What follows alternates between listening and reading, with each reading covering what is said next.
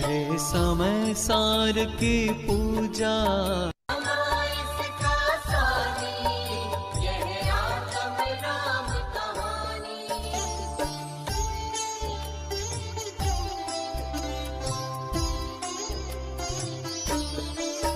यदि चाहो निज हित करना, भव भव से पार उतरना। यदि चाहो निज हित करना, भव भव से पार उतरना। तू समय सार को पढ़ना, उसमें ही रमना जमना। तू समय सार को पढ़ना, उसमें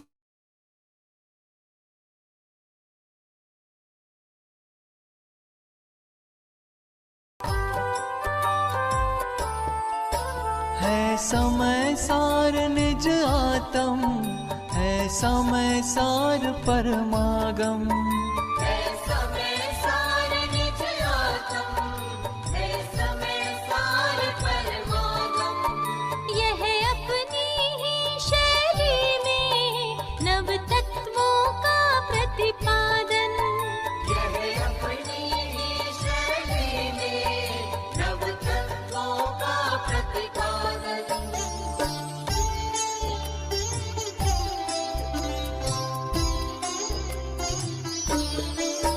है अद्भुत इसकी शैली, है अद्भुत इसकी महिमा। है अद्भुत इसकी शैली, है अद्भुत इसकी महिमा। है विषय वस्तु भी अद्भुत, उसकी ना कोई सीमा। है विषय वस्तु भी अद्भुत, उसकी ना कोई सीमा।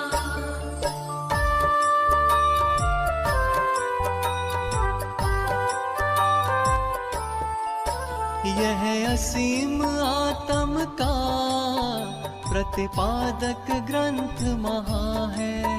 यह असीम आत्म का प्रतिपादक ग्रंथ महा है। इसमें मुक्ति का मार्ग ही सहज सुबोध कहाँ है। इसमें मुक्ति का मार्ग ही सहज सुबोध कहाँ है।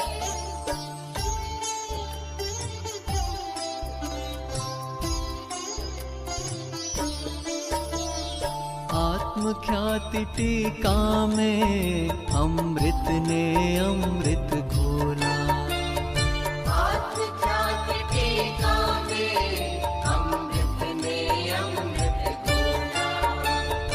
अधिक कहीं क्या भाई, इसके रग रग को खोला। अधिक कहीं क्या भाई, इसके रग रग को खोला।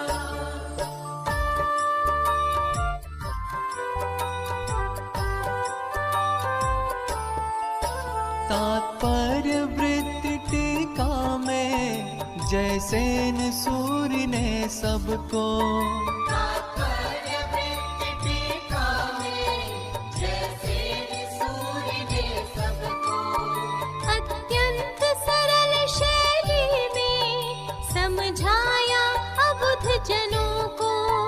अत्यंत सरल शैली में समझाया अबुध जनों को।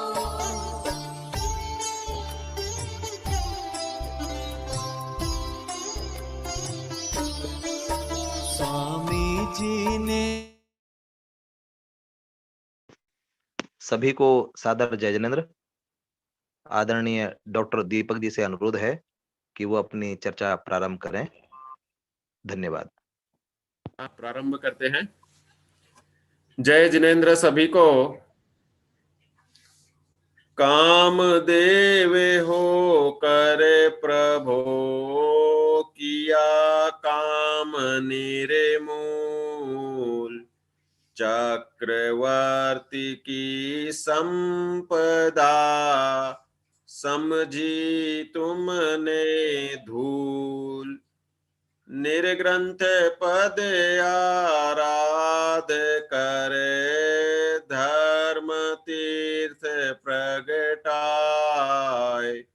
हुए मुक्त श्री कुंथु प्रभु, बंधु मन वचकाए। सभी को जय जिनेन्द्र। अपना दोपहर के सत्र में अहिंसक पद्धति से स्वास्थ्य रक्षा और वर्तमान वैज्ञानिक आविष्कारों से किस प्रकार हिंसक आविष्कारों से, हिंसक औषधियों से, हिंसक भोज्य सामग्री से हम बचें, इसके लिए यह दोपहर का सत्र चर्चा सत्र रूप में भी हम इसको कहेंगे, क्योंकि थोड़े देर बाद आपसे चर्चाएं भी होंगी, प्रश्नोत्तर भी होंगे। तो यहाँ पर हम जो कल चर्चा कर रहे थे कि भाई हमारे जैन आहार में जो भक्ष्य पदार्थों की मर्यादाएं बताई हैं और जो खान पान में भक्ष्य चीजें हैं वे सब sufficient vitamins, sufficient carbohydrates, protein और सब प्रकार के फैट्स वगैरह जो आवश्यक तत्व इस शरीर के संचालन के लिए है वो सब मिलते हैं।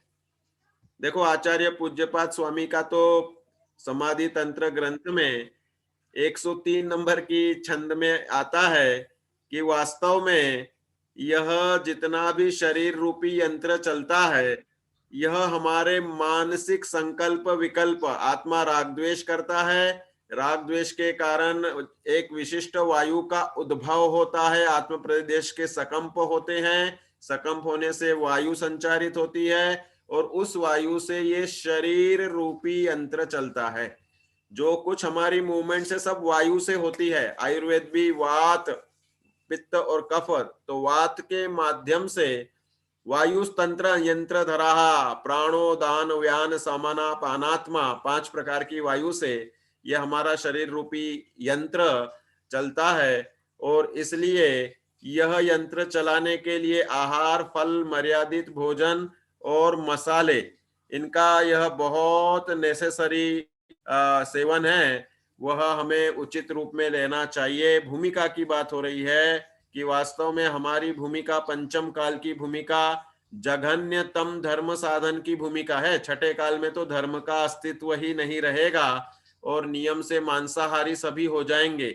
अभी तो वर्तमान में हम ऐच्छिक मांसाहारी बनने से पोजीशन में हैं कि धीरे धीरे ऐसी ऐसी व्याधियां आ रही हैं, ऐसे ऐसे हमारे वैज्ञानिकों के कुतर्कों से या कुज्ञान से, कहाँ तो उसको कोरोना को वुहान की लैब में आविष्कारित बताते हैं या क्या क्या बताते हैं।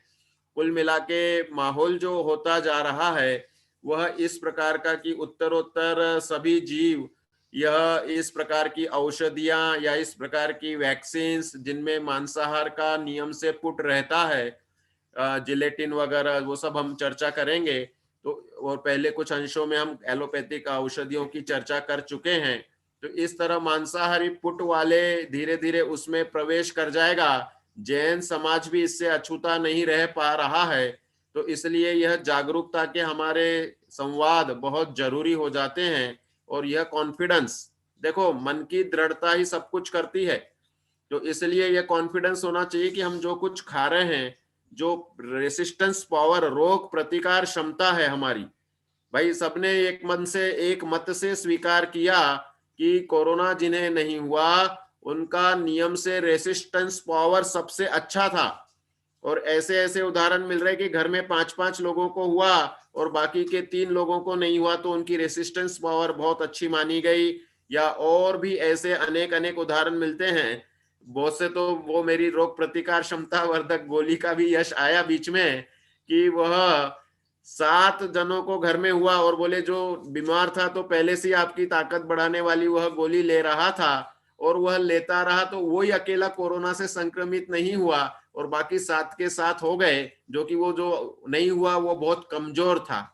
तो कहने का तात्पर्य ऐसी विधा अपने पास आज आयुर्वेद में, अपने नैसर्गिक उपायों में, खान पान की शैली में, सब में है, प्रोवाइडेड हमें उसकी उचित जानकारी लेना जरूरी है।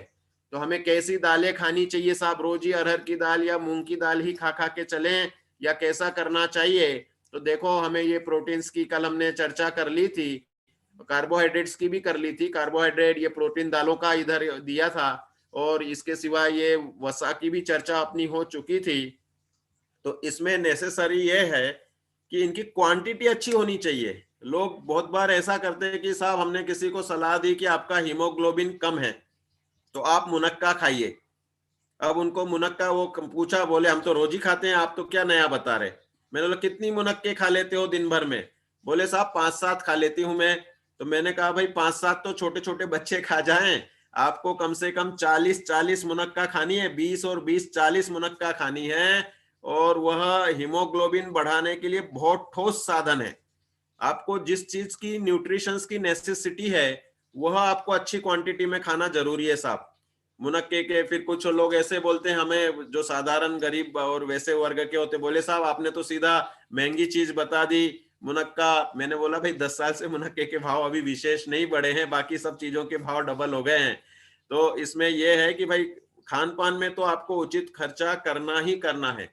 आपको मर्यादित घी बनाने के लिए शोध का घी बनाने वाले गारंटी वाले मिलने चाहिए, और उनका आपको वह भले 200-300 रुपए महंगे भी पड़े किलो पे, तो भी उनका सेवन करना चाहिए। इसके सिवाय शोध का तेल है, शोध की खांड है, ये सब चीजें मिलती हैं, लेकिन थोड़ा ट्रांसपोर्टेशन और इनमें खर्चा लगता है। हमने यह प्रस्तुत कर रहे हैं कि कुछ मिनरल्स और विटामिन्स ये रेगुलर हमारे जीवन में जरूरी हैं। ऐसा नहीं है कि हमने रोटी सब्जी दाल चावल खा लिया और सब कुछ हो गया। अपने ये कुछ पोषक तत्व जो हैं ये रेगुलर अपने में आने चाहिए, और हमारे लिए प्रकृतितः ये वरदान है कि प्रत्येक मौसम में अलग अलग प्रकार की सब्जियां, अलग अलग प्रकार के फल आते हैं, और हमारा खान पान उससे होकर के शरीर तंदुरुस्त और स्वस्थ रहता है। लेकिन बहुत बार हम आसक्तिवश या लोभवश कि अब तो कोल्ड स्टोरेज हो गए हैं तो स्टोरेज वाले ही फल खाते रहेंगे साहब, हमको तो यही प्रिय है, कार्बाइड से पका हुआ है तो भी हम उसको ले लेते हैं, पपीता केला वगैरह हैं ऐसे फल। तो कहने का मतलब एक ही चीज की हमें आसक्ति नहीं चाहिए, उचित रूप से हमें यह जानकारी थोड़ी सी आवश्यक है। इस रूप से मैं बता रहा हूं। देखो, आयरन बहुत नेसेसरी तत्व है। आज मेरे पास कुछ प्रश्न भी सुबह के सत्र के बाद आए हैं कि भाई बहुत सारे लोगों में इस तरह की समस्या आ जाती, महिलाओं में डिलीवरी के समय ब्लड कम पड़ जाता है, और आपने रक्तदान और रक्त चढ़ाना दोनों का निषेध किया है, तो इसमें हम कैसे करें, क्या करें, इसकी भी अपन प्रासंगिक चर्चा करेंगे कि भाई वास्तव में उन महिलाओं ने जिनको प्रेगनेंसी हो रही है या प्रेगनेंसी होने वाली है, उनको ये सतर्कता बहुत रखना जरूरी है।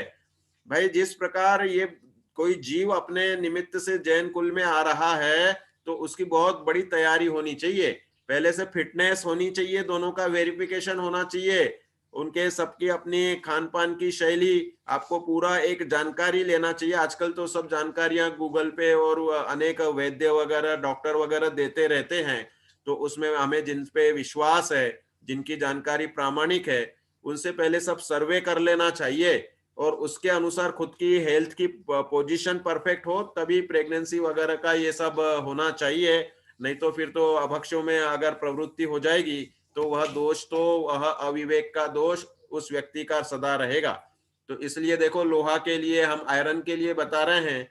ये आयरन बहुत, जिनका भी हीमोग्लोबिन कम रहता है उसमें आयरन कम पाया जाता है। तो आयरन कम होता है तो ये ऑक्सीजन जितना भी हमारा कैरियर करने का काम करता है वो आरबीसीज करते हैं।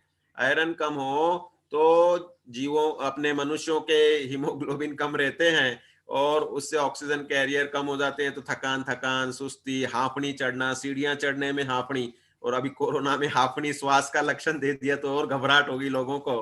तो इसलिए यह हीमोग्लोबिन बहुत अच्छा होना सबको जरूरी है। साल 2 साल में एक बार चेक करा लेना चाहिए, और जिनमें अगर तकलीफें हैं तो उससे वह जानकारी मालूम हो जाती। देखो, अब इसमें एक आंकड़ों के मायाजाल में भी ज्यादा नहीं उलझना चाहिए। लोग आजकल 84 प्रकार के हार्मोन्स की टेस्ट आ जाती हैं। इसमें वह इतनी सारी टेस्ट हो गई है कि अगर आप पूरे के पूरे किसी टेस्ट पैकेज ले लोगे किसी का, और वह कोई ना कोई विटामिन डी का दिखाएगा, फिर बी के दिखाएंगे, फिर और अनेक अनेक प्रकार के पूरे लिपिड प्रोफाइल से लेके पूरी इतनी सारी क्रिएटिनिन और कितने सोडियम वोडियम पूरे निकाल देगा, और उसमें कुछ ना कुछ कैलकुलेशन अगर कम ज्यादा आए तो हमारे दिमाग में वह एक शल्य बन जाती कि यार मेरा ये कम निकला या ये ज्यादा हुआ। तो एकदम ज्यादा टेस्ट के भरोसेमंद भी नहीं बनना चाहिए। सबसे पहले हम तो ये बोलते हैं लक्षणों से परीक्षा करो। आप टेस्ट करवाने क्यों जा रहे हैं साहब? कोई तकलीफ हो रही क्या? आप स्वस्थ हैं, एक्टिव हैं, आप में मूवमेंट्स अच्छी हो रही है, किसी प्रकार की कमजोरी नहीं है, कोई आपको अलग से कोई काम करना नहीं है, आपकी लाइफस्टाइल कैसी है? भाई अधिकांश जैनियों की लाइफस्टाइल कूल होती है। कूल मतलब व्यवसायी हैं या अच्छे वो है सर्विस वाले हैं या अच्छे से वेल एस्टेब्लिश हैं, तो उन लोगों में शारीरिक श्रम बहुत कम होते हैं। कम होते हैं तो आपके खान पान की कैलोरीज भी उस हिसाब से सेट होनी चाहिए, और आपको कोई तकलीफ नहीं है तो आपको तो सिंपल डेली रूटीन दिनचर्या और ऋतुचर्या इनका ज्ञान करके अपने स्वास्थ्य को मेंटेन करना चाहिए। और उसके लिए हम पहले भी बता चुके हैं आपको कि डेली 30 मिनट्स की एक्सरसाइज या वॉकिंग इज द नेसेसिटी है। अगर आपका वॉकिंग वाला धंधा नहीं है तो आपको नेसेसिटी है कि 30 मिनट्स वॉकिंग। अब ये बहुत सारे लोग कंप्यूटर पे ही पूरे समय, फाइनेंशियल सीए वगैरह हैं अपने समाज के, वो बैठे रहते और भोजन कर लिया फिर बैठे ही हैं, गैस बन रही, एसिडिटी बन रही। इन लोगों को नेसेसरी है कि अगर आप कंप्यूटर, लैपटॉप या बाकी चीजों पे बहुत ज्यादा जुड़े हुए हैं तो you should take every 30 minutes या 1 घंटे बाद थोड़ा सा 2-5 कदम चलने के लिए उठो जानबूझ के। थोड़ा प्रीमाइसेस का राउंड ही लगा लो भले, या बिल्डिंग में ही घूम लो, लेकिन वॉकिंग नेसेसरी है। कंटिन्यूस सिटिंग जो है वो ओबेसिटी का मेन कारण है, और डायबिटीज वगैरह ये सब अपने एंडोक्राइन ग्लैंड से ये मसाज मांगती है। ये सब अंदर है, पेट में आप मालिश तो कर नहीं सकते, तो आपको उचित पेट का हिलना, कंपन, बॉडी में वाइब्रेशन नेसेसरी है। मैं तो लोगों को बोलता हूं जिनको वॉकिंग वगैरह नहीं जमती, 50 बार जगह पे कूद लो, 50 बार ही जगह पे दौड़ लो, और ये सब अपनी जो पीटी और ड्रिल स्कूलों में सिखाई जाती है, ये सब अपने जॉइंट्स को, मसल्स को उचित व्यायाम दे करके फिट और एक्टिव रखने के लिए काम मतलब करती है। तो ये एक बहुत जरूरी बात है। अब खान पान का भी वैसा ही ध्यान रखना चाहिए। प्रायः ये देखा गया कि इसमें बीमारी अपने को 25, 30, 40 साल तक प्रायः नहीं होती, लेकिन धीरे धीरे ये चक्कर अब बहुत उल्टा होते जा रहा है। हम तो पहले 60 साल का बोलते थे, मेरे बहुत पहले के लेक्चर्स होते थे तो मैं लोगों को बोलता था कि भाई 60 साल के बाद ही बुढ़ापे का थोड़ा सा वेदन होता है, और पहले ये 80 साल का एवरेज था कि 80 साल बाद लोग बोलते थे कि साहब ये बुजुर्ग हो गए। लेकिन अब धीरे धीरे ये बुढ़ापा का समय सबकी लाइफस्टाइल, तनाव, स्ट्रेस, इनके माध्यम से हम उसको जल्दी जल्दी ला रहे हैं।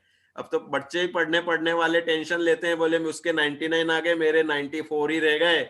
और हम तो उस जमाने के जहाँ 60 फर्स्ट क्लास पास हो गया या डिस्टिंक्शन आ गया तो बहुत बड़ी सफलता हो गई।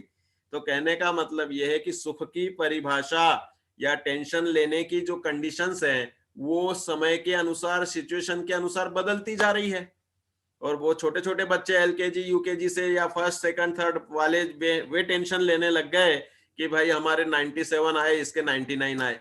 तो ये हमें समझाना चाहिए कि इट्स नॉट एवरीथिंग। पढ़ाई सब कुछ तो है ही नहीं।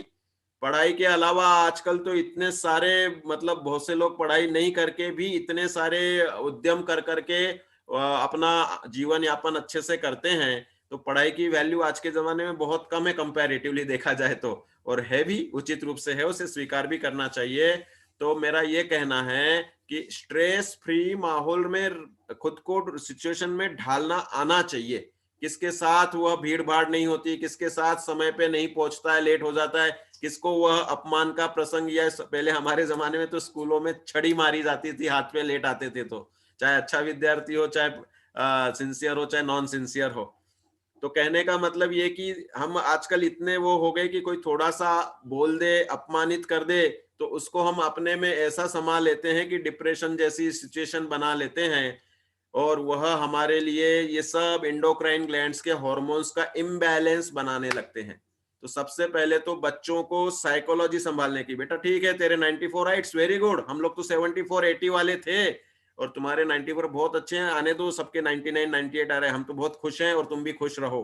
टेंशन फ्री माहौल होना बहुत जरूरी, पॉजिटिविटी निकालना बहुत जरूरी है। ये ऐसा काल है कि सबके पास में कुछ ना कुछ खाली ग्लास मिला हुआ है, भरा हुआ भी है उसमें, किसी को आधा ग्लास मिला है, किसी को पौन ग्लास मिला है, लेकिन फुल खचाखच भरा हुआ ग्लास सबको नहीं मिला है। तो उसमें वह हमें पॉजिटिविटी देखनी है कि यार मुझे तो एक घूंटी पानी पीना है और ये तो आधा है। तो हम वो श्रावकाचार वाली बात भी कहेंगे कि पीना है तो पूरा पियो और उल्टा करके रखो, ताकि उसमें पानी की लगार से जीव नहीं हो, हवा लगती रहेगी सूख जाएगा। तो लेकिन देखने की दृष्टि की बात हो रही है, तो उसमें यह पॉजिटिविटी होना चाहिए कि ग्लास आधा भरा है, या ये खालीपन देखते रहे कि देखो मेरा तो इतना खाली है, मेरा तो इतना खाली है, ऐसा दूसरे से कंपैरिजन करना छुड़वाना चाहिए। क्योंकि हमें तो अपना एक यूनिक है, हम अनुपम एक अलग तत्व हैं, सब अलग अलग आइडेंटिटी हैं। तो ये पॉजिटिविटी अपने में रहनी चाहिए। बच्चों को वैसा स्ट्रेस फ्री रहने की कला सिखाना जरूरी है। सबके औदायिक भाव अलग अलग हैं, सिचुएशंस अलग अलग हैं, तो उसमें यह पहले ये अपने विवेक से इसको सबसे पहला करना जरूरी, क्योंकि सब ये बीमारों की जड़ जितनी भी है ना, डायबिटीज, ब्लड प्रेशर, थायराइड, ये और कैंसर, या जितने भी बीमारी होती है, सब मानसिक तनाव उसमें निमित्त होता ही होता है, या दूसरा शारीरिक बीमारी के कारण दूसरा तनाव आकर के उससे वह बीमारी पुनः बढ़ती है। मतलब दोनों तरफ से संबंध लगाएंगे तो मूल तो हमें मानसिकता संभालना बहुत जरूरी है। तो हमारी लाइफस्टाइल अगर ज्यादा मूवमेंट वाली नहीं है तो उसे चला करके वॉकिंग वगैरह के इसमें सिंसियर रहना बहुत जरूरी है। खान पान में बच्चे सुनते नहीं है, उनको बहुत प्रेम से और अच्छे से सब्जियां खाना, फ्रूट्स खाना, ये नियम से आदत में लाना जरूरी है। हमारे बुजुर्ग लोग हैं, इनके न्यूट्रिशन वैल्यू बहुत अच्छी होनी चाहिए। लोग कहते हैं अब तो बुढ़ापा आ गया, दे दो इनको 2 रोटी सब्जी दे दो, ऐसा नहीं होना चाहिए। उनके भोजन में न्यूट्रिशनल वैल्यू चाहिए। इनको ज्यादा जरूरी है ड्राई फ्रूट्स, या अपन जो नारियल पानी देना चाह रहे हैं, या खाने पीने में दूध वगैरह अंतर्मुहूर्त का अवेलेबल करना, ये सेवा है इनके लिए। क्या वो जा नहीं पाते, 7 किलोमीटर दूरी पर मिल रहा है साहब दूध, तो कैसे लाओगे आप? तो उसमें यही है कि आप सेवा कर रहे हो तो जाओ रेगुलर, तुरंत सामने दुहाओ और अंतर्मुहूर्त का लाके और इसमें गर्म करो फटाफट। तो ये हमें बहुत जरूरी है कि बच्चों का न्यूट्रिशन और बुजुर्गों का न्यूट्रिशन और खुद का भी, क्योंकि आज 40-50 साल के बाद में हम जैसी लाइफस्टाइल बना लेंगे,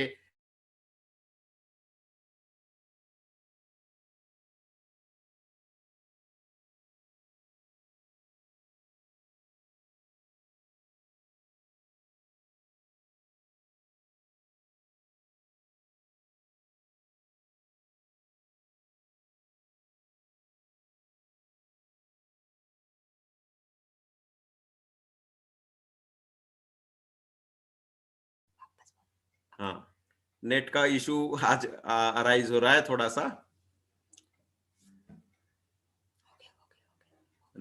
हाँ आवाज आ रही है बराबर? आ रही है, चलो प्रारंभ करते हैं। नेट का इशू था, आउट हो गए थे। तो यहाँ पर हम ये बताना चाह रहे हैं आपको कि अपने लाइफस्टाइल में खाने पीने की वैल्यूज बहुत अच्छी जरूरी है। तो ये अपन कौन से विटामिन और मिनरल्स हैं जिनका रेगुलर हमें सेवन करना है, उस हिसाब से खान पान को ढालना है। और बीच बीच में थोड़ी सी जरूर ये टेस्टिंग जो पद्धति है इसका उचित हमें प्रयोग करना है, लेकिन अनर्गल टेस्ट कराने की जरूरत नहीं, कुछ ना कुछ कम ज्यादा निकलेंगे। हम तो कहते हैं लक्षण कुछ निकल रहे हैं तो मानना चाहिए। दूसरा, ये टेस्टिंग जो स्टैंडर्ड्स हैं ये अमेरिकन और इंग्लैंड, ये मतलब फॉरेन रिसर्च वालों के ज्यादा हैं। अपने भारत में अपना पैरामीटर हमें बनाना जरूरी है, और गवर्नमेंट से अब कही गई है कि अपने अपनी रिसर्चेस बढ़ाने का मौका मिले, तो उस रूप से वह धीरे धीरे इंडियन बॉडी के हिसाब से कौन से चाहिए भाई।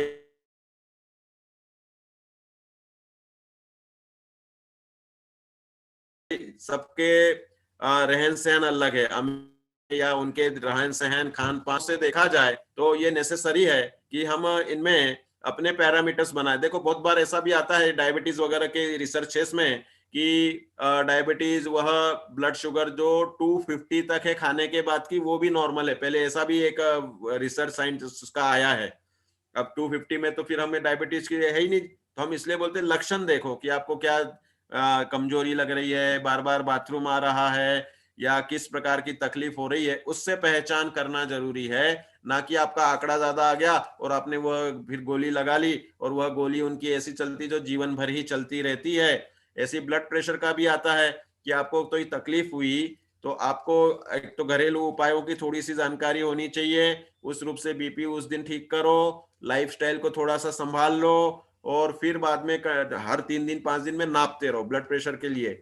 उसके लिए भी बताते हैं कि बहुत से बॉडी के अलग अलग एबनॉर्मल नॉर्मल पैरामीटर्स रहते हैं।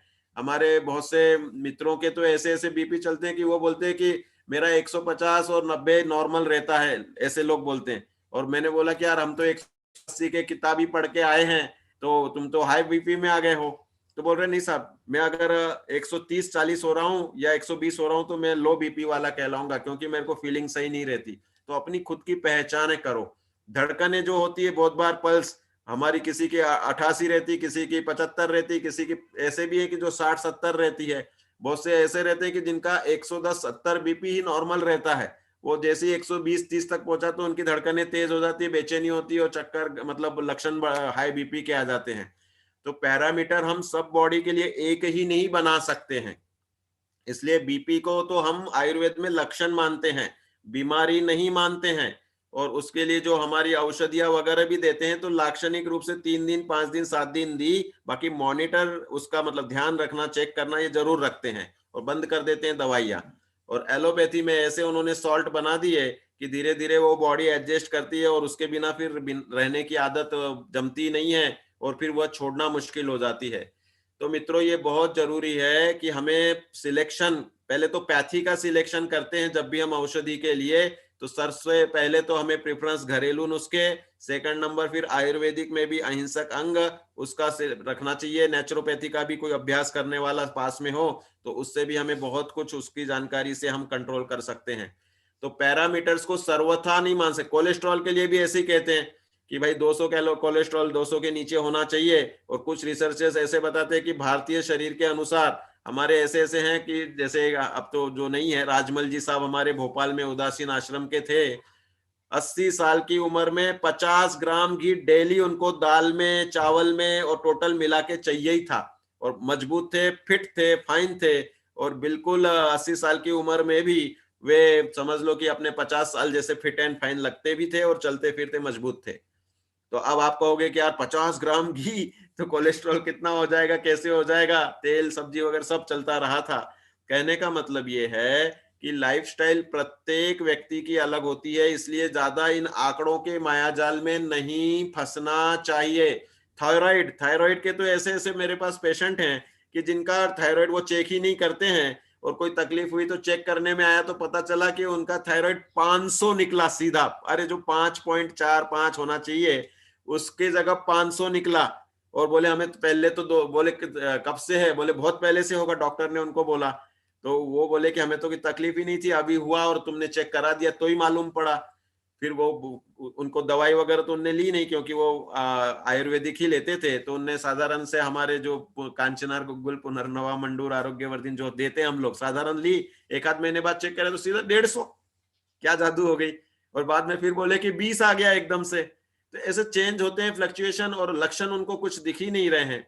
अभी मैं आपको एक आध वो भी दिखाऊंगा स्लाइड की। एक व्यक्ति 31 दिनों से सब ट्रीटमेंट ले चुका है, वो आयुर्वेदिक, एलोपैथिक, होम्योपैथिक, लेकिन कोरोना निगेटिव हो ही नहीं रहा है और उसको तकलीफ भी कुछ नहीं है। ये ऐसी कैसी टेस्ट हो गई कि हर बार कोरोना पॉजिटिव ही दिखा रहा है और कोई पैथी उसको निगेटिव नहीं कर पा रही है। तो इन टेस्ट के मायाजाल में ज्यादा उलझना नहीं चाहिए। जिसको वास्तविक तकलीफ है उसी को टेस्ट के कराने की सोचनी चाहिए। इसलिए हम सलाह देते हैं कि भाई तकलीफ है तो थोड़ी बहुत सोच करो, नहीं तो इसमें ही उलझे मत रहो कि मेरा ये कम आ गया, मेरा ये ज्यादा आ गया। 90% लोगों में विटामिन डी वह नॉर्मल रेशो से नीचे ही निकलता है, तो अब उसको क्या हम बीमार मान लें। और विटामिन डी का सैचेट्स जो भी जितने भी अधिकांश प्रिपरेशन है सब नॉन वेजिटेरियन ही होते हैं। तो अब हम उसको पैरामीटर मान के चले कि भाई मेरे को तो दवाई लेना जरूरी, देखो मेरा विटामिन डी कम है।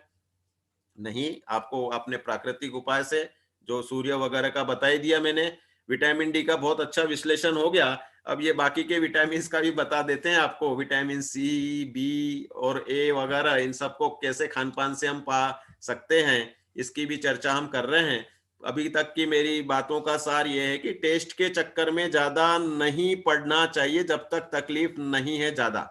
साधारण लक्षणों से हम नाड़ी वगैरह देख के या साधारण अपन खुद ही अपना अभ्यास करके कि हाँ मेरे को थोड़ा चेंज लग रहा है, तो उस रूप से साधारण जानकारी से पहले चलो, क्योंकि डॉक्टर के यहाँ एक बार एंट्री की तो वह आंकड़ों के मायाजाल में उलझता हुआ फिर वह मामला चलता ही रहता है। इसलिए बहुत जरूरी है कि जिस प्रकार लोग बोलते हैं ना कि समझदार आदमी को कोर्ट की सीढ़ियां नहीं चढ़नी चाहिए, क्योंकि एक बार कोर्ट केस में उलझ जाएगा तो वह उसी में लंबा समय वह घुस जाएगा। और दूसरा, ऐसे डॉक्टर की सीढ़ियां भी चढ़ने के पहले सोच लेना चाहिए, क्या मैं बिल्कुल वास्तव में इमरजेंसी या तकलीफ में हूं।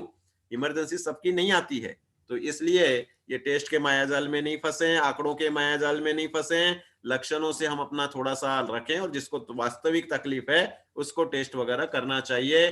तो देखो क्या क्या खाना चाहिए हमें, जिनको पौष्टिकता बढ़ानी है, लोहा, आयरन, सभी महिलाओं में बहुत बार आयरन बहुत कम, मतलब इसका हीमोग्लोबिन का रेशो कम पाया जाता है, उनके लिए देखो बता रहे हैं कि दैनिक मात्रा तो अपने को 18 मिलीग्राम चाहिए इसकी, आयरन की, और वो खूब मिलती है हमें गेहूं से लेके सेम, मटर, गुड़ में अच्छा आयरन होता है, बहुत जबरदस्त होता है, तो गुड़ का प्रयोग करना चाहिए शक्कर की जगह। शक्कर तो हमने मना ही कर दी, खांड से भी ज्यादा गुड़ में मिलेगा आपको।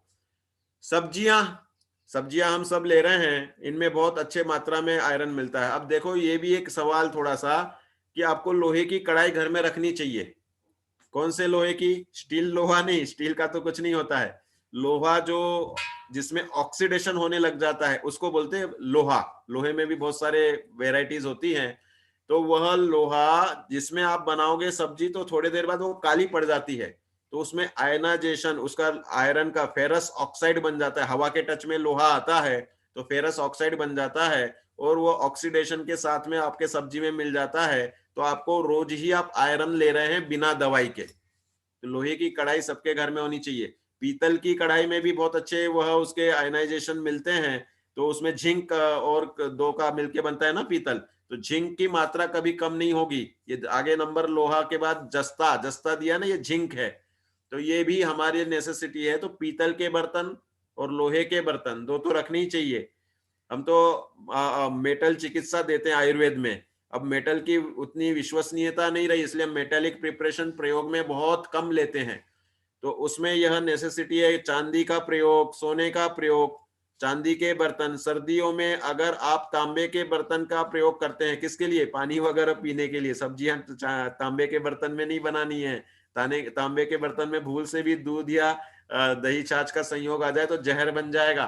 तो तांबे का बर्तन सिर्फ पानी पीने के लिए लेना है। चांदी का जग लेना है आपको, वह पानी रखने के लिए गर्मी में लेना है। चांदी के गुण ठंडे होते हैं, शीतल होते हैं। जैसे आपको हमने सूर्य की रोशनी का बताया कि वह विटामिन डी दे रही है और अपने शरीर को पोषक है, ऐसे ही रात्रि की चांदनी की जो शीतलता है, चंद्रमा की शीतलता, वो जिनकी पित्त की तासीर है, जिनको गर्मी चढ़ती है, छाले आर कभी होते हैं, या गैस एसिडिटी ज्यादा बनती, पित्तस बीमारियां, लेकिन अब उसके लिए बिल्कुल लाइट नहीं होनी चाहिए आसपास। रात को सब जगह लाइटें इतनी हो गई कि चांदनी और चांद की रोशनी डायरेक्ट रहती ही नहीं है, वह तो इलेक्ट्रिक के वो समझ लो कि वेव्स, रेज उस चांदनी के रेज को फीका कर देते हैं। तो इसलिए वो एकदम जंगल होना चाहिए, या अपने तीर्थ क्षेत्र जहां लाइट पूरी बंद रहे, ऐसे जगह पर छत पे जाके अगर आप उसके चंद्रमा की रोशनी, वो भी पूर्णिमा का पूरा चांद हो, उससे अगर बॉडी पे लेते हैं, वो भी स्किन पे लेनी है वो भी, तो उससे आपके पित्त की, गर्मी की शिकायतें बहुत जल्दी कम हो जाती है। जिनको सनबर्न्स हो जाते हैं, स्किन सेंसिटिव रहती है सन से, उनको वो चंद्रमा की रोशनी बहुत फायदा करती है। एक एक चीज जो प्रकृति ने दी सबकी वैल्यू है साहब। हमारे, मैंने मंत्र बताया था ना, ऐसी कोई वनस्पति नहीं है कि जो औषधि ना हो, तो इसलिए उन वनस्पतियों में भी अपने जो आते हैं उसमें सबकी जानकारी रखनी चाहिए, थोड़ी थोड़ी जैसे समझ में आए। देखो लोहा के लिए मैंने बताया कि हीमोग्लोबिन और ये सब इसका प्रयोजन है, कार्य, और कमी के कारण जब हीमोग्लोबिन कम हो जाता है तो पाचन तक खराब हो जाता है, हालत ऐसी हो जाती। बहुत सारे लोगों के मैंने देखे हैं कि हीमोग्लोबिन 5 तक आ जाता है और फिर अपने प्रयासों से, खाने पीने मात्र से, औषधि की भी जरूरत नहीं पड़ती, अनार का रस रेगुलर आप लो। जिनका भी हीमोग्लोबिन कम है उनको अनार का रस पीना चाहिए। आपको मैं उदाहरण देना चाहता हूं, सर सेठ हुकुमचंद इंदौर, नाम सुना होगा आपने। ये 84 वर्ष के थे, 5 उंगलियों में पन्ने की अंगूठियां पहनते थे, 10 उंगलियों में। ऐसे सरसेठ हुकुमचंद 84 वर्ष की उम्र में 80 साल के बाद भी 14 अनार का रस पीते थे और एकदम मजबूत थे बिल्कुल। कहने का तात्पर्य, और द्वितीय महायुद्ध हुआ था, उसमें वो अंग्रेज सरकार थी उस समय, उनने उनको मदद भी की थी करोड़ों की। तो कहने का तात्पर्य इतने ये कि आपको अनार का, लोगों से हम पूछते हैं अनार लेते हो, हाँ साहब 1 अनार खा लेते हैं, आधा खा लेते, 1.5 खा लेते। अरे भाई 3-4 अनार का रस कंटिन्यूएशन में आप 15-20 दिन लो, जब सीजन रहता है तब अच्छे अनार आते हैं, रस निकाल के लो तो वो ज्यादा खाने में मतलब उसका रस आएगा, थोथा फेंक दो या सब्जियों में यूज कर लो, अनारदाने का चूरन बना लो, औषधि भी है दाढ़ी मास्टक चूरन। तो कहने का मतलब यह है कि क्वांटिटी अच्छी चाहिए आपको। एप्पल भी खाओ, an apple keeps man healthy wealthy, वो हेल्थ के लिए अच्छा बोलते हैं ना, तो वह एप्पल भी उचित रूप में है, लेकिन क्वालिटी अच्छी होनी चाहिए। अब ये भी एक चक्कर हो गया आजकल, एप्पल 40 वाले भी आते हैं और 150-200 वाले भी आते हैं और विदेशी भी आते हैं अलग से। तो हमें इसमें सिलेक्शन अच्छा देखना है, देसी लो कोई दिक्कत नहीं है और उसकी क्वालिटी अच्छी रहनी चाहिए। तो ये अनार का रस, एप्पल है, अपने विटामिन सी के साथ आयरन आपको आंवले में भी खूब मिलता है। आंवले को लोहे की कढ़ाई में डालते हैं तो उसके चूर्ण को, तो वह बाल काले करने के लिए लोग डाई, नेचुरल डाई बन जाती है वो, तो वो काम करती है। आंवले को भिगा के लोहे की कढ़ाई में चूर्ण को और बालों पे लोग लगाते हैं। तो कहने का मतलब ये कि इन चीजों में अच्छी आयरन की मात्रा है। आगे अपन चार्ट बता रहे फलों की और इसकी सब्जियों की चिकित्सा। तो देखो जिंक हमें 15 मिलीग्राम मिनिमम चाहिए और ये अपनी अनाज दालों में, फलों में मिलता है अच्छे से। और बिल्कुल ये विकास और सभी लैंगिक परिपक्वता, चर्म रोग, बौनापन, खून की कमी, इसमें जिंक की नेसेसिटी होती है। कैल्शियम, देखो कैल्शियम ज्यादा चाहिए साहब, कितना चाहिए? 500 मिलीग्राम चाहिए। बाकी के तो सब आप देखेंगे कैल्शियम और मैग्नीशियम ये सैकड़ों में है, बाकी सब, और ये फास्फोरस भी 800 मिलीग्राम है, और बाकी के सब 1-1, 2-2 मिलीग्राम, 15 मिलीग्राम ऐसे हैं सॉल्ट जो अपने को मिनरल्स विटामिन चाहिए। तो इसलिए ये देखो, तो कैल्शियम के रेशो वाले हमें जानकारी होनी चाहिए कि कैल्शियम किस में होता है, ड्राई फ्रूट्स में अच्छा है और फलों में किस में है, आगे चार्ट्स में हम समझाएंगे आपको। तो पत्ते, इसमें पत्तेदार सब्जियों को भी लिखा है क्योंकि सामान्य रूप से बनाई है। दूध में है, नारियल में, देखो नारियल में भी अच्छा रेशो में कैल्शियम है। ये ड्राई फ्रूट्स में विशेष रूप से अखरोट में भी कैल्शियम का रेशो अच्छा मिल जाएगा। आगे आपको बताएंगे हम किस किस में, ड्राई अपने गरम मसालों में भी कैल्शियम अच्छा होता है। फिर नहीं हो तो ये बीमारियां वगैरह सब ऐसी हो जाती हैं, इतना विशेष आपको जानकारी नहीं, साधारण बता रहे। मैग्नीशियम भी अपने को चाहिए, हरी सब्जियों में मिल जाता है। पोटेशियम केले वगैरह में होते हैं, अधिकांश खाद्य पदार्थों में मिल जाता है। कोबाल्ट ये भी एक होता है मिनरल, ये अपने पानी में ही मिल जाता है, खाद्य पदार्थों में भी मिल जाता है। और ये सब क्लोरीन, सोडियम क्लोराइड वगैरह, नमक, सोडियम भी चाहिए, क्लोरीन भी चाहिए, ये सब एक एक एनालिसिस है कि इतने इतने सॉल्ट हम खाते हैं। विटामिन बी, विटामिन बी के भी देखो भेद कितने सारे, B1, B2, B6, B12, biotin, फॉलेसिन, niacin, बहुत सारे हैं। लेकिन ये सब अपने दूध, सब्जियां, ताजे फल, मूंग, मोट, चना, मटर, इनका सेवन होना चाहिए। ग्रोइंग एज वालों को प्रोटीन, दाल अच्छी मात्रा में खानी चाहिए। ऐसा नहीं है कि बस थोड़ी सी एक प्लेट दाल खा ली और फिर छोड़ दिया, पूरा खाओ, भरपूर खाओ और इनकी मात्रा अच्छी रहनी चाहिए। भले आप गेहूं की रोटियां कम कर दो, सब्जी का रेशो, दालों का रेशो अच्छा होना चाहिए। और ये भी दिया सब इसमें कि B1, B2 वगैरह कितने सब फलियों से मिल जाते हैं, इसलिए बिल्कुल चिंता नहीं रखनी चाहिए कि विटामिन B12 तो सब नॉनवेज में मिलता है। तो कह रहे नहीं, आपके फलियों से, दूध से, इनसे मिलता है, अपने हाथों में बन जाता है। आयोडीन, आयोडीन अपना सेंधा नमक बेस्ट सोर्स है, कोई टेंशन नहीं है। आयोडीन की कमी से लोग गोइटर और ये सब थायराइड वगैरह का बताते हैं, लेकिन ये सब जो है अपने सेंधा नमक में भरपूर मिलता है, पानी में भी इसका रेशो पाया जाता है। सोडियम है, 10-15 मिलीग्राम की नेसेसिटी होती है, ये तांबा भी इसमें दिया है। ये manganese, vitamin A, vitamin A देखो आंखों के लिए बहुत जरूरी है। लोग कहेंगे हम कंदमूल खाएं क्या, गाजर खाएं क्या, अरे अभी आपको विटामिन ए के हम कैलकुलेशन देंगे। पके आम में आमरस भरपूर पीना है सबको। एक एक ग्लास, डेढ़ डेढ़ ग्लास, जितना सूट हो। आम रस से विटामिन ए भरपूर मिल जाता है। आपको विटामिन ए की खुराक देनी नहीं है।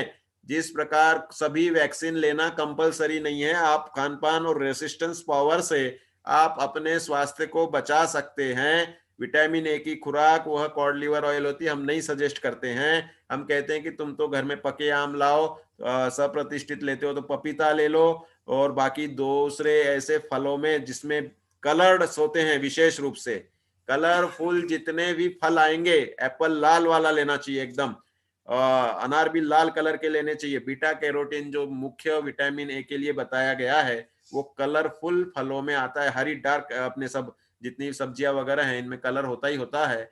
अब देखो ये फलों के रेशो में हम बता रहे हैं आपको ए बी सी विटामिन, और ये प्रोटीन, कार्बोहाइड्रेट, कैल्शियम किसमें क्या मिलता है, सब चीजें आपके लिए यहाँ पर प्रस्तुत कर रहे हैं। तो उससे अपने को ये जानकारी होगी। देखो हमने बोल्ड में दिया है इसमें कि किसी को जैसे कैल्शियम वाले सोर्स चाहिए ना, तो देखो खजूर में 120 बताया है। खजूर के उपलक्षण से आप छुआरा समझ लो। खजूर तो क्या बहुत बार ऐसे आते हैं कि पिचे होते हैं, कोई बोलता है उस पर शहद का लेयर चढ़ा देते हैं, तो इस रूप से खजूर को हम अभक्ष्य में गिनते हैं। और छुआरा वह अपने आप पेड़ पे ही सुखाता है, खजूर को ऐसे सुखा के छुआरा नहीं बना सकते अलग से, तो वह छुआरा भक्ष्य है, उसे ले सकते हैं। उसमें आपको कैल्शियम अच्छा मिल रहा है। देखो आंवले के लिए इधर विटामिन सी को मैंने हाईलाइट किया है। 600 माइक्रोग्राम विटामिन मिलता है आंवले में। आंवले का प्रयोग अभी खूब करना चाहिए। 2 आंवले रोज खाओ। किसी के दांत खट्टे होते हैं, कुछ तकलीफ है, तो हम कहते हैं पीस के खा लो, उसको मीठा करके वह 1 दिन का 24 घंटे का मुरब्बा बना के खा लो। आंवले का चूर्ण ले लो घर में पीस करके, या फिर कलियां बना के सुखा लो, सुखा के उसकी कलियां खा लो। तो इस तरह से आंवले का सेवन बहुत नेसेसरी। नींबू में भी अच्छा मिलता है। नींबू में देखो विटामिन सी 63 यूनिट्स बताएं, तो नींबू की मात्रा ज्यादा लेनी पड़ेगी आपको। आंवले का 600 है, सीधा 10 गुना पावरफुल है नींबू से भी, तो ये ध्यान में रखना चाहिए। जैसे ये बिजोरा नींबू होता है ना, बड़ा नींबू साइज का होता है जिसमें बीज नहीं होता है, संतरे जितना बड़ा, वह पथरी के लिए बहुत अच्छी रामबाण औषधि है। उसका रस पिएंगे, किडनी स्टोन छोटे भी साइज का होगा वो निकल जाएगा। कभी कभी वह प्रयोग में लो बिजोरा नींबू, नहीं तो नॉर्मल नींबू बहुत मिल रहे हैं। डेली आप सुबह सूर्योदय के बाद में 48 मिनट बाद में 1 गिलास पानी में 1 नींबू, 2 नींबू, जिसको जितने सेट हो जाए उसका प्रयोग करना चाहिए गुनगुने पानी में। ये अनार देखो, अनार में देखो आपको इसमें दिया है ये विटामिन वगैरह का रेशो। आयरन देखो, ये आयरन का भी रेशो इसमें दिया है। यद्यपि सबसे ज्यादा आयरन आपको देखना है तो किसमें, ये 25.5 ये इसमें आ रहा है चौलाई में। कैल्शियम भी चौलाई फली में 397 है, और 25.5 जो है यह इसमें चौलाई के, इसमें आयरन भी बहुत अच्छा पाया जाता है। तो इसका प्रयोग आपका होना चाहिए। सूखे चौलाई की जो सब्जी दानों की भी आती है, गीला चौलाई वो सप्रतिष्ठित माना जाता है फली को, तो सूखे चौलाई को वह हम बहुत सुरक्षित माना जाता है, वह ले सकते हैं। और इसके सिवाय देखो चौलाई है भाई, तो पूरी लिस्ट है, इसको तो आप देखते रह सकते हैं। बाकी हम विशेष रूप से बताते जा रहे हैं। देखो संजना की फली वगैरह का बहुत जबरदस्त बताया है, इसका तो मैंने वीडियो भी ग्रुप पे पोस्ट किया था, तो उस पे वह संजना का प्रयोग बहुत अच्छा है सभी रूप से।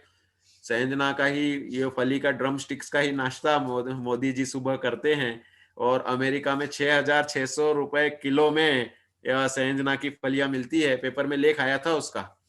तो कहने का तात्पर्य यह है कि इसमें भी अच्छे मिल जाते हैं, विटामिन सी भी है, बी भी पाया जाता है इसमें, अल्प वगैरह दिए। जो मेरे पास उस समय Indian nutritive value of Indian foods एक बुक के आधार से ये सब कलेक्शन करके दिया हुआ है। अब तो इसके और भी नए नए सर्च और हमें मात्राएं मिल जाएंगी।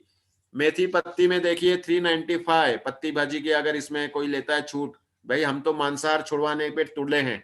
मांसाहार वह सबसे बड़ा पाप, पंचेंद्रिय सैनिक जीव के मार्फत निर्मित औषधियां मांसाहार है, महापाप है। द्विंद्रिय आदि त्रस से निर्मित वह उस पंचेंद्रिय के सामने अल्प हुआ, लेकिन है तो मांसाहारी। और वनस्पति काय में कदाचित पत्ती भाजी अनंत काय वगैरह आ जाती है। तो जो बीमार हैं, जिनको बहुत ही हैवी कुछ है, उनके लिए सजेशन सिंपल है। बाकी तो जो स्वस्थ हैं उनको अपने नॉर्मल ये सूखे और प्रासुक और भक्ष्य पदार्थों से ही लेना है। पुदीना का भी दे दिया इसमें, ये सब जो 240, ये कौन सा है, ये काय का है, ये कैल्शियम का है, और ये आयरन का इधर है, देखो ऊपर दिया ना हमने इसका। हाँ, कैल्शियम वाले हैं, फॉस्फोरस वाले हैं, आयरन वाले हैं। देखो इसमें सब में बोल्ड में जो अपन ने दिया ना, ये कैल्शियम है इसमें। मेथी पत्ती, पुदीना, सोयाबीन, सोयाबीन तो ठीक है ना, 240 यूनिट कैल्शियम भी है, प्रोटीन भी 43.2 है, और 690 यूनिट्स इसमें फॉस्फोरस, वो भी आवश्यक तत्व है हड्डियों के लिए, हड्डियों की चमक, हड्डियों की मजबूती के लिए कैल्शियम फॉस्फोरस दोनों चाहिए। तो सोयाबीन के लिए हमने बहुत इसमें पॉजिटिव देखा। आयरन भी देखो इसमें 11.5 मिल जाता है, विटामिन सी भी 81 यूनिट्स है, और vitamin B plus vitamin E भी सोयाबीन में मिल जाता है।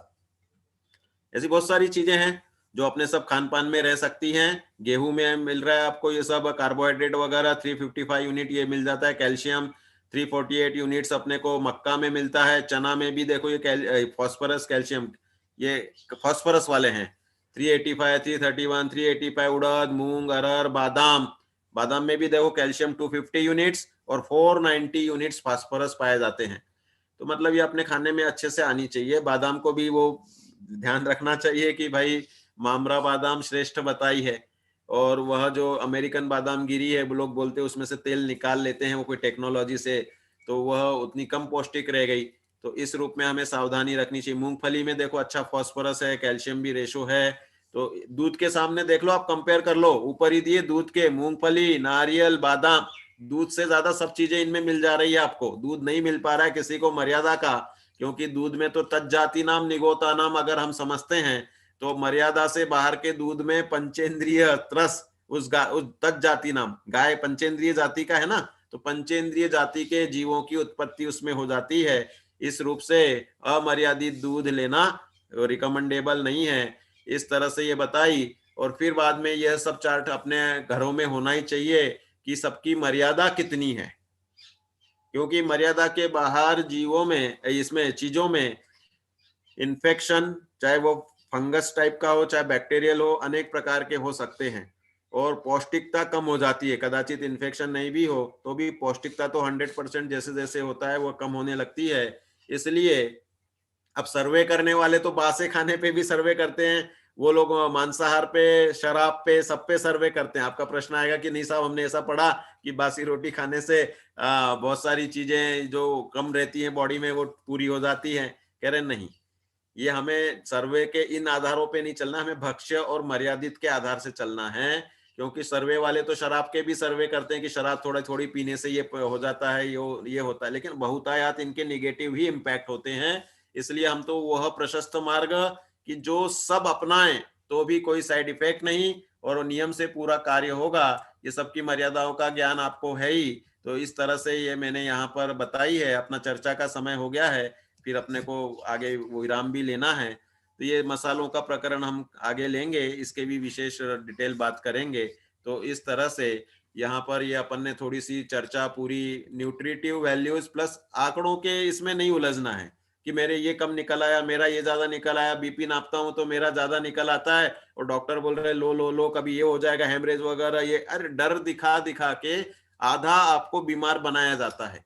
कोरोना काल में तो ये बहुत स्टडी हो गई, कहाँ पहला ही लॉकडाउन लग गया उस 14 दिनों का, और अब इतनी सारी समीक्षाएं आ गई हैं, और डर होने के कारण लोग फिर सब उसमें उस माहौल में ढल जाते हैं। ज्यादा उस पर बोलना इसलिए उचित नहीं है कि वह प्रोटोकॉल के अंतर्गत बहुत सी उसमें मर्यादाएं बताई गई हैं। तो हमें तो अपने लोटे में कंकड़ पत्थर और कोयला नहीं आना चाहिए। इस रूप में हमें वह जरूरी है कि हम अपने रूप में अपने स्वास्थ्य को सेफ करें, अहिंसक तरीके से करें, मांसाहारी तरीके से हमें नहीं करना है। इसलिए और वो हम में है तत्व पूरे, हम में सुरक्षित शाकाहारी से मर्यादा से वह पूरे तत्व सुरक्षित होने की योग्यता प्लस मटेरियल है। अभी पंचम काल चल रहा है, छठा नहीं आया है। संपूर्णतया मांसाहार पे डिपेंडेंसी कंपलसरी नहीं है। तो इस रूप से हम उसमें सावधान रहें, इसलिए ये सब चर्चा मैंने यहाँ पर ली है। अब आपको किसी को कोई प्रश्न हो तो 15 मिनट अपन उस पर चर्चा करेंगे, और बाकी मेरे पास भी कुछ प्रश्न पहले से आए हैं उनकी भी चर्चा करूंगा। हाँ, लेकिन आज शायद वो अनम्यूट करने वाले, हाँ देखो करो, होते हैं क्या, बालाजी हैंड रेज कर रही हैं, ये देख इधर। हाँ देखो अनम्यूट हो सकते हैं क्या, क्योंकि आज जो इसके टेक्निकल है। हाँ हो गई, आप हो गई, बोलिए बाला जैन। हाँ मेरे को है ना दस्त लगे रहते हैं। दस्त मेरे को जय जिनेन्द्र पंडित जी, हाँ जय जिनेन्द्र बोलिए। आवाज आ रही है आपको? आ रही है। मेरे को दस्त लगे रहते हैं, बहुत जल्दी दस्त हो जाते हैं। दस्त हो जाते हैं, देखो आते कमजोर हो जाने के कारण बहुत बार ऐसे दस्त हो जाते हैं। पेरिस्टाल्टिक मूवमेंट, कुछ डाला और वह तुरंत आते घूमती हैं और मटेरियल को बाहर निकाल देती हैं। इसलिए दस्त को रोकने के लिए हम आपको सलाह देंगे कि मर्यादित छाछ का प्रयोग करो, वह आंतों के अंदर के उसके नॉर्मल को करेगी, गति को। दूसरा, अनार के छिलके का चूर्ण, वह दस्त रोकने में काम करता है। हमारे दाढ़ी मास्टक चूर्ण में भी अनार दानों का भी प्रयोग होता है, छिलके का भी होता है। और दूसरा, इसके सिवाय बेल होता है ना, बेल को सुखा करके उसका चूर्ण है, वह दस्त को रोकने में बहुत अच्छा काम करेगा। तो वह आप इन घरेलू नुस्खों से, हाँ तो इनको मैंने लिया था बेल का चूरन भी, आपकी उससे आवाज, कुछ फर्क नहीं पड़ा। हाँ तो फिर आपकी तकलीफ ज्यादा है। बेल का चूरन में हाँ देखो बहुत बार ऐसा होता है कि बेल का, हाँ मैंने बेल का चूरन किया था। बराबर, अच्छी बात है। घरेलू नुस्खों से अगर आराम नहीं आया है तो आपको औषधि की जरूरत है, फिर आपको कोई औषधि की व्यवस्था करनी पड़ेगी। आपने ली भी थी मेरे से पहले औषधियां, और भी आवश्यकता रहेगी तो औषधि आपको आप मेरे को व्यक्तिगत फोन कर लेना, अपन बात कर लेंगे। अभी तो घरेलू नुस्खों का प्रकरण चल रहा है। हाँ जी, अजय जी क्षीर सागर जी को अनम्यूट किया जाए। हाँ जी पंडित जी, बोलिए। हाँ जय जिनेन्द्र। जय जिनेन्द्र। विटामिन डी लेने के लिए आपने बोला था कि बॉडी पूरा ओपन रखना चाहिए, लेकिन मुझे प्रॉब्लम है कि वो धूप से बॉडी टैन होती है, तो कपड़े पहन के धूप ले सकते हैं क्या? देखो ये सनरेज जो होते हैं ना, ये अपने स्किन पे रेडिएशन के माध्यम से घुसते हैं, तो पतले कपड़े पहनकर भी आप अगर लेते हैं, बाकी साक्षात स्किन पे टच होता है तो साक्षात अपने को मालूम पड़ जाता है। बाकी वो कालापन आना, टैनिंग होना, या किसी किसी को सेंसिटिविटी रहती तो सनबर्न की भी शिकायत होती है, उनको बहुत संभाल के धूप लेनी पड़ती है। तो उसमें वह जितना एरिया वो इजीली एक्सपोज कर सकते हैं उस रूप से करें, और बाकी पतले कपड़े पहने जिसपे थोड़ी धूप भी और किरणें अपने शरीर में पहुंचती रहे, तो वह आपका प्रयोजन सिद्ध हो जाएगा उसमें। अच्छा, और जो सूखी चौलाई वो अभक्ष्य है कि भक्ष्य है? क्योंकि लास्ट टाइम मैं सुना था कि चौलाई तो अभक्ष्य है ना। बिल्कुल बिल्कुल, गीली चौलाई फली जिसमें सफेद हिस्सा रहता है वो तो साक्षात अभक्ष्य ही है। और इस रूप में ही बहुत तीव्र अच्छा गहराई से पालने वाले उस दानों को भी कल्पना दीदी बोली थी ना कि भाई नहीं खाए दाना तो अच्छा ही है। तो बाकी जिसको अगर ऐसी भूमिका है कि वह अपने आप सूखते हैं उसमें फली में, उसको ऐसा तो है नहीं कि दाने को अलग से निकाल के सुखाते हैं, तो इस रूप में उसको वह उसकी प्रक्रिया में वह निकल जाता है। तो इस रूप में ठीक है, कुछ कुछ ऐसे खाने पीने की चीजों में थोड़ा सा स्ट्रिक्टनेस से दृष्टि से वह अभक्ष्य में ही गिनी जाएगी, तो इसलिए उसको अगर नहीं खाते तो अच्छा है, दूसरे अल्टरनेटिव्स हैं वो प्रयोग लेना चाहिए। ठीक है पंडित, धन्यवाद। ठीक है, प्रीति पंकज जैन, इनको करो अनम्यूट। जय जिनेन्द्र। हाँ बोलिए। मेरा बेटा 1 साल का हो गया है, तो वो ना दूध नहीं पीता है, तो मुझे बॉर्नवीटा भी नहीं देना है, और जो बादाम वगैरह रहते हैं वो भी उसमें जमता नहीं है, तो फिर वो कैसे दिया जाए दूध उसे? वो ऐसे सादा वाला पी नहीं रहा है। अच्छा, इलायची या फिर उसमें थोड़ा सा ऐसे सुगंधित तत्व डालो उसको, मतलब जिसमें उसको स्वाद भी मिले और गंध भी मिले। देखो बॉर्नवीटा वगैरह ये जो बाहर की चीजें हैं, इनमें तो इमल्सिफायर वगैरह होने से हम इसका सजेशन देंगे ही नहीं। आपको तो इलायची दूध में डाल के दे सकते हैं, या फिर उसको टेस्टी करने के लिए अपना ही, जैसे घर में आप सौंठ का, दालचीनी का, ऐसे सुगंधित तत्वों का प्रयोग करो, या फिर उसको दूध के अलावा जो बाकी के फलों के रस है, जैसे मैंने सजेशन दिया है कि आप नारियल पानी से भी न्यूट्रिशन उसको मिलता है, तो उसका प्रयोग करो। और बाकी खाने पीने की चीजों को दो। ऐसा भी एक सर्च आता है कि दूध एक एज के बाद वास्तव में शरीर को जरूरत है ही नहीं। एक मनुष्य ही है जो दूसरे जानवरों का, अपनी माँ के अलावा दूसरे जानवरों का दूध पीता है। बाकी जानवर तो अपनी माँ के अलावा किसी का दूध पीते ही नहीं। ऐसे दूध के बारे में बहुत सारे सर्वे आते हैं, वीगन सोसाइटी वगैरह के बताते हैं। तो दूध के इसमें बहुत से जनों को ऐसी समस्या आती है, तो उनको फलों के रस पर, खान पान में बाकी न्यूट्रिटिव जिसमें चीजें हैं उनके ऊपर ध्यान देना चाहिए। और जब तक अंतर्मुहूर्त का मर्यादा का दूध मिल रहा है तब तक उनको वह समझ लो लेने में कोई दोष नहीं है, और उसमें वह इलायची वगैरह डाल के दे सकते हैं। धन्यवाद। हाँ, कविता जी पांचोरी आप कर रही हैं बात, हाँ इनको करो। जय जितेंद्र पंडित जी। हाँ इसमें जय जितेंद्र। आज के प्रकरण में वो जिंक का आया, तो कोरोना काल में किसी ने बताया था मुझे कि जिंक के लिए पपीते के बीज सूखे हुए और तरबूज के बीज, तो ये 2-3 बीज ये और 2-3 बीज ये मिलाकर ले तो दिक्कत तो नहीं, मैं ले रही हूँ। हाँ तो लीजिए, बहुत से लोग बताते हैं सनफ्लावर जो होता है ना उसके बीज, सूर्यमुखी के बीज भी आते हैं, और वो उसमें दोष नहीं है, उसमें विटामिन बी का रेशो मिलता है, शायद B12 वगैरह। तो ये खरबूजे के बीज हैं, और दूसरा जो आपने बताया कि पपीते के बीज वगैरह हैं, औषधि रूप में ले रहे हैं आप, कोई बाधा नहीं है, लेना चाहें ले जिंक के सकते हैं। लिए जिंक मिलता हाँ है जिंक तो के लिए, वो, हाँ। हाँ और बाकी तो अपने खान पान में ये चीजें जो अपन ने देखी थी ये आती ही है प्राय, ठीक है, आप अपने औषधि रूप में ले रही हैं, ले लीजिए।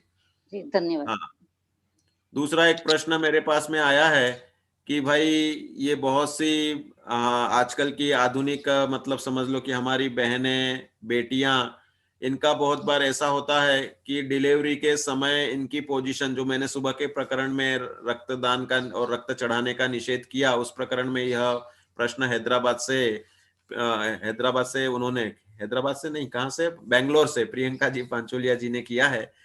तो उनका ये कहना है कि ऐसे महिलाओं को क्या सजेशन दे। तो मैंने आज हिंट तो दे दी कि जब भी आप प्रेगनेंसी वगैरह कर रहे हैं तो उसके पहले आपको फिजिकली फिट होना बहुत नेसेसरी है। दूसरा, भाई ये तो अपन तो आज के युग के हैं, इससे पहले तो सबके 8-8 10-10 भाई होते थे, मतलब लोग गर्भ निरोधकों का प्रयोग नहीं करते थे, और सहज ही इतनी बार डिलीवरियां होती थी, और सहज रूप से सभी जीते थे, कदाचित एक हाथ की मौत होती थी। तो अभिप्राय जन्य पाप नहीं होने से वह उस प्रकार की हिंसा का दोष उनमें नहीं रहता था। तो कहने का तात्पर्य यह है कि हमें यह सतर्कता पूरी रखनी चाहिए, चाहे वह महिला छोटी हो, चाहे बड़ी हो, चाहे कैसी भी उम्र की हो। प्रेगनेंसी के पहले सब उसके हीमोग्लोबिन वगैरह, पौष्टिकता, बॉडी के सब स्तर अच्छे होने चाहिए। इस रूप से पहले पक्का हो तो उसको ऐसी नौबत आती ही नहीं है कि डिलीवरी के समय हेवी ब्लीडिंग या कुछ होने से एकदम से मौत या ब्लड की कमी हो जाए। तो ये सावधानी तो हमेशा ही रखनी पड़ेगी। और अभी के लाइफस्टाइल में क्या हो गया कि लड़कियां रहती हैं, वे घूमती फिरती नहीं, टाइट जीन्स स्कर्ट वगैरह से उनके बहुत बार यूटेराइन प्रॉब्लम्स शुरू हो जाते हैं। तो ये सब हमें सावधानी रखनी। उन दिनों में मूवमेंट्स नहीं होनी चाहिए, स्किन टाइट क्लोथ्स नहीं पहनने चाहिए, क्योंकि हवा और सबका हमारा बैलेंस बॉडी का परफेक्ट होना चाहिए।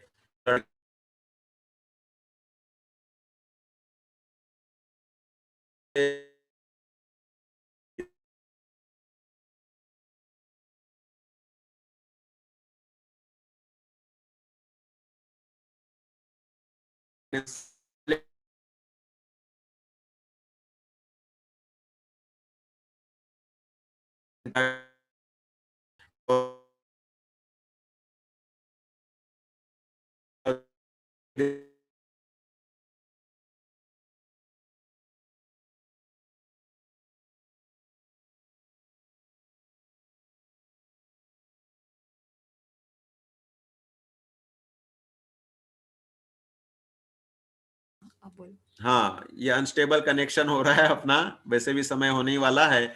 तो मेरा यही सजेशन है कि भाई जो हमने सिद्धांत बताए, पाप चाहे कोई छोटा व्यक्ति करे चाहे बड़ा व्यक्ति करे, वह पाप तो पाप ही है। इसलिए हम कोई उसका एक्सक्यूज नहीं निकाल सकते। हमें पूरी सावधानी और पूरा उसके पीछे अपना अहिंसक का खान पान आदि से सुरक्षित करने का ही अभिप्राय रहना चाहिए। इस रूप में हमें वह उत्तर उसका देना पड़ेगा कि ऐसी इमरजेंसीज नहीं आनी चाहिए। पूरी कोशिश रखनी चाहिए। हाँ, अब माया सेठ ये राजकोट वगैरह कहीं से पूछ रही हैं। हाँ जी, अनम्यूट। जय जिनेन्द्र। जय जिनेन्द्र। पंडित जी, आपने ड्रम स्टिक ऐसा कुछ बताया, ये क्या है? और दूसरा, आज की ये कोरोना की रसी लेनी चाहिए कि नहीं लेनी चाहिए, वो भक्ष्य है।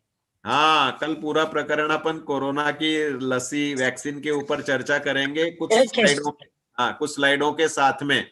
और जो Okay. ड्रम स्टिक्स आपको बताई ना, उसे हाँ। सहंजना बोलते हैं, सहंजना बोलते हैं, हमारे बुंदेलखंड में मुनगा बोलते हैं। और अभी मेरे घर में आई हुई है, ये देखो। अच्छा।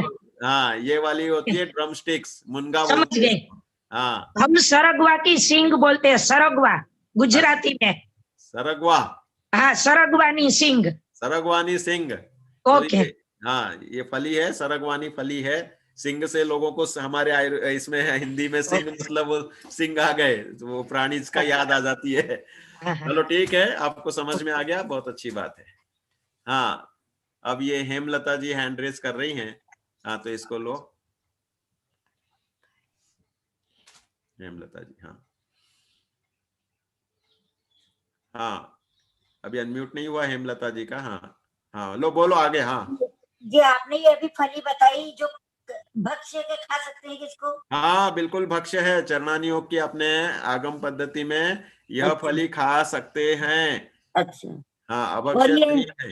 ये मैं दाल वगैरह का सेवन करती हूँ ना, उस दिन दर्द ज्यादा बढ़ जाता है मेरी पूरी बॉडी में। तो आपको गैस बनती होगी, हेवी पड़ती होगी। यूरिक एसिड भी रहता है। हाँ, इस वजह से है। तो हाँ। आपको ऐसा करना है कि हाँ। उसमें दाल का पानी ज्यादा करो और दाल का रेशो कम कर दो। मतलब हाँ, दाल पानी, मैं तो पानी ही लेती हूँ, वैसे भी दाल ज्यादा जाड़ी नहीं खाती। सही सही सही। पर दर्द बढ़ जाता है उस दिन मेरे। हाँ, तो फिर आप थोड़ा दालों का सेवन कम करो। यूरिक एसिड की भी प्रॉब्लम आपको आ रही है, तो उस रूप में आपको ध्यान रखना चाहिए। हाँ, चंद्रकांता जी पूछ रही हैं, पूछिए। जय जिनेन्द्र। जय जिनेन्द्र। हाँ, मेरा एक 8 साल का पोता है, इसको अभी तक भी मतलब बिस्तर में पेशाब करता है, इसको क्या देना चाहिए? ये एक टेंडेंसी बहुत सारे लोगों की पाई जाती है और ये उम्र के साथ अपने आप सही भी हो जाती है। लेकिन फिर भी चिकित्सा के रूप में अगर इसमें देना चाहते हैं तो एक तो उसको अंदर में एक इंफीरियरिटी, मानसिक भय ज्यादा रहता है, जिनके उनके इस तरह की गहरी नींद होती है बेहोशी की, कि वह करा के सुलाओ तो भी वह कर जाते हैं। तो हाँ। इसमें जैसे एक तो ये तुषार मतलब ये जो बारिश का गिरा हुआ पानी है ना, हाँ। ये एक काम करता है। और दूसरा, ब्राह्मी या फिर ब्रेन को ताकत देने वाली चीजें, तो ब्राह्मी चूर्णा आप प्रयोग में ले सकते हैं। हमारी एक ब्राह्मी वटी बुद्धिवर्धक बनती है स्पेशल, जो इस प्रकार की ब्रेन में जो एक्टिवेशन है उसके लिए काम करती है। तीसरा, उसे आप जामुन और जामुन की गुठली, इसका प्रयोग भी बहुत अच्छे से देखा गया है, तो वह उसको दे सकते हैं, तो टेंडेंसी उसकी रुक जाएगी। ठीक है। और दूसरा ये पूछना था कि थायराइड के साथ में जो हेल्थ बढ़ रही है उसके लिए क्या करना चाहिए? थायराइड के लिए अपना सत्र कल जो आएगा उसमें हम जानकारी देंगे कि भाई घरेलू उपचारों से और थायराइड के इन आंकड़ों के माया जाल से, भाई तकलीफ तो है, किसी का वजन बढ़ रहा है, किसी को कमजोरी लग रही, किसी के स्किन सूख रही, किसी के बाल झड़ गए, किसी का एकदम आवाज बदल गई, तो हम उसकी कल पूरी चर्चा करेंगे। उसमें वह घरेलू उपाय और अहिंसक उपाय जरूर बताएंगे। ठीक है। हाँ, इधर अभी कोई, हाँ पूजा जैन, हाँ इनका है। हाँ बोलिए।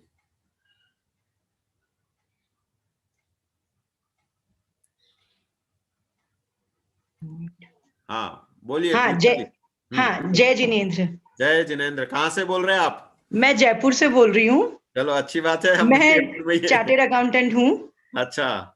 मैं ये पूछना चाहती हूँ, ये जो फरवरी और मार्च का महीना आता है, तो इसमें ये जो पॉलेंस होते हैं, तो पिछले 8-10 सालों से मेरे को इसकी एलर्जी शुरू हो गई है और इसमें मेरे सांस का उठाव भी रहता है। तो इस केस में मेरे को क्या करना चाहिए? देखो, इसमें जिन सर्कमस्टेंसेस में जनरल पब्लिक को तकलीफ नहीं हो रही है और आपको हो रही, मतलब आपका रेसिस्टेंस पावर वीक है, तो इस रेसिस्टेंस पावर को इम्प्रूव करने की आपको प्रोसेस रखनी पड़ेगी कि भाई मेथी दाना के लड्डू बना के लो या किशमिश वगैरह ड्राई फ्रूट्स के लड्डू बना के लो। जो पौष्टिक चीजें रहेंगी ना, ये इम्यूनिटी बढ़ाती है। और हमारी वो रोग प्रतिकार क्षमता वर्धक जो गोली का आविष्कार मैंने अपने जीवन में 30 साल की प्रैक्टिस से किया है, वह इस काम के लिए बहुत अच्छी है। हमने स्टडी की कि जिन जिन को ऐसे इस टाइप की एलर्जी होती थी, जो ऋतु बदलता है, चेंज होता है, तो उसमें वह काम करती है रेगुलर में, और उससे रोगों की प्रतिकार क्षमता बहुत अच्छे से बढ़ती है।